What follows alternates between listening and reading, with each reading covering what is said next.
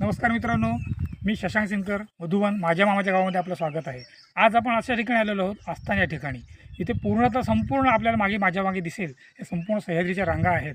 याच्यावरती बॉर्डरला सातारा जिल्हा सुरू होतो। हे सर्वात शेवटचं टोक खेड तालुक्यातील। याच्या पुढे मग चकदेव किंवा त्या बाजूला कांदोशी अशी अतिशय सह्याद्रीच्या खोऱ्यातली गावं आहेत। प्रचंड प्रमाणात पाऊस पडतो इथे आणि आज आपण हे संपूर्ण निसर्ग सौंदर्य लुटण्यासाठी आणि डोंगरदऱ्या चालण्यासाठी आज आपण इथे आलेलो आहोत। हे आस्थान गावामध्ये उभा आहे। अजून आपल्याला 3 किलोमीटरवरती चढायचं आहे। डोंगरातला रस्ता आहे आणि माझ्या मागे जो निसर्ग सौंदर्य दिसतोय त्याचं मी तुम्हाला थोडक्यात वर्णन करून दाखवतो। हे पहा, आता आपण जे बघतोय ही खाली गावं दिसतंय ते आस्थान गाव आहे।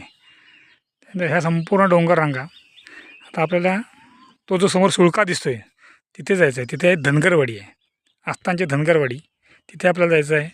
त्यानंतर हे जो उजव्या बाजूला दिसतंय इकडे पर्वत, चकदेव आणि वरती सातारा जिल्हा महाबळेश्वरचं ठिकाण वरती आहे। हे आंबवलीच्या जवळपास आहे आणि डोंगरदार चकदेव इथे महाशिवरात्रीचा उत्सव मोठ्या प्रमाणात असतो।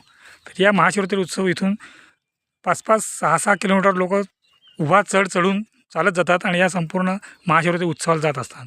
आपण पाहतोय आता आपण जे उभे आहोत ही पहिला धनगरवाडा लागलेला आहे आपल्याला। अजून आपल्याला 2 धनगरवाडे पालथे घालून त्या तिथे पर्वत या ठिकाणी जायचं आहे। मित्रांनो, तिथे गेल्यानंतर पुन्हा एकदा आपल्याला तिथलं दृश्य दाखवीन। आता हे संपूर्ण आपण नजारा जो काय बघताय, हा पाऊस थांबला आहे म्हणून आता हे शक्य आहे। पण इथे प्रचंड पाऊस सुरू झाला, दुपारनंतर कदाचित पाऊस सुरू होईल, कारण ढग जमा झाले व्हायला लागलेले आहेत। इथे पाऊस केव्हा येईल हे सांगू शकत नाही। अचानक पाऊस येतो, काळे ढग होतात आणि अचानक पाऊस पडतो। तर मित्रांनो, आज दिवसभर आपण हा आनंद लुटूया।